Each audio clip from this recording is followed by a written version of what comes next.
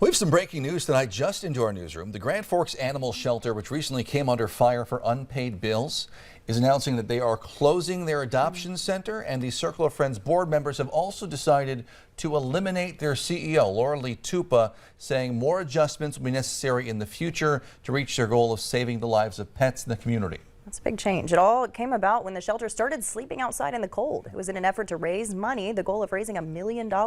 We dug into this. We told you yesterday the shelter had more than $42,000 in unpaid bills. You can read more about that story and this latest update right on your VNL News app.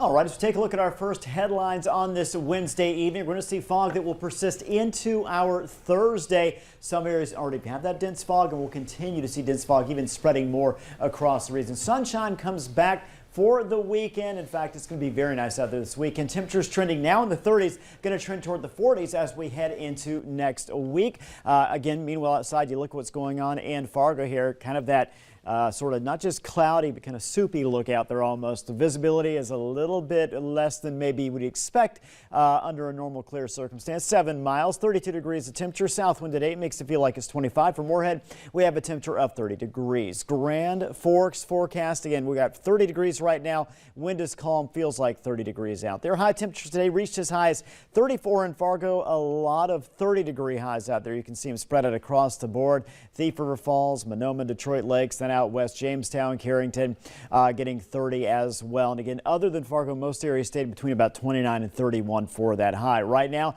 temperatures haven't dropped a whole lot, a degree or two. We've got that cloud cover. Winds are generally pretty calm right now.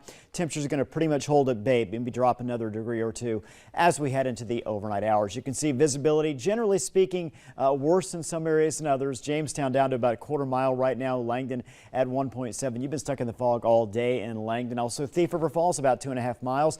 As much as, again, visibility 7 miles in Fergus Falls and in Fargo. Dense fog advisory is in effect for parts of the region. You have to head west of Grand Forks, west of Fargo toward Jamestown, Devil's Lake. Again, also Langdon covered within this dense fog advisory goes through noon tomorrow.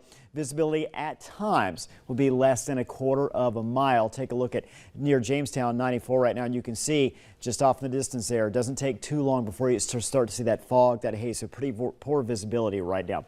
Satellite and radar, again, a little bit of freezing drizzle off and on today. Radar not picking that up very well. And that'll continue to be the case. Not only will we see that fog out there during the morning hours, the area shaded in the dark gray and black here indicating the best chance for seeing that fog, but also the best chance for seeing freezing drizzle.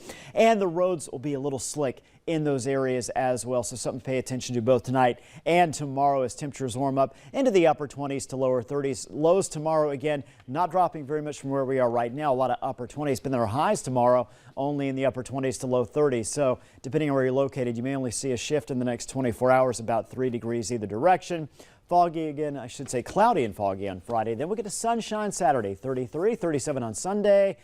Next week, Tuesday, all the way through Sunday, looking at high temperatures ranging from about 43 to 45 in Fargo. That, including Tuesday, Wednesday, and Thursday, the potential to see records, or at least come close those days. We're sure it's the end of January into February. It's not April? I mean, that's kind of, yeah, I mean, that's what I think. Right now I'm confused. I didn't mean to quiz you. Looks good. Thanks, Russ. Up next, we'll show you calls the Black Cat Smackdown.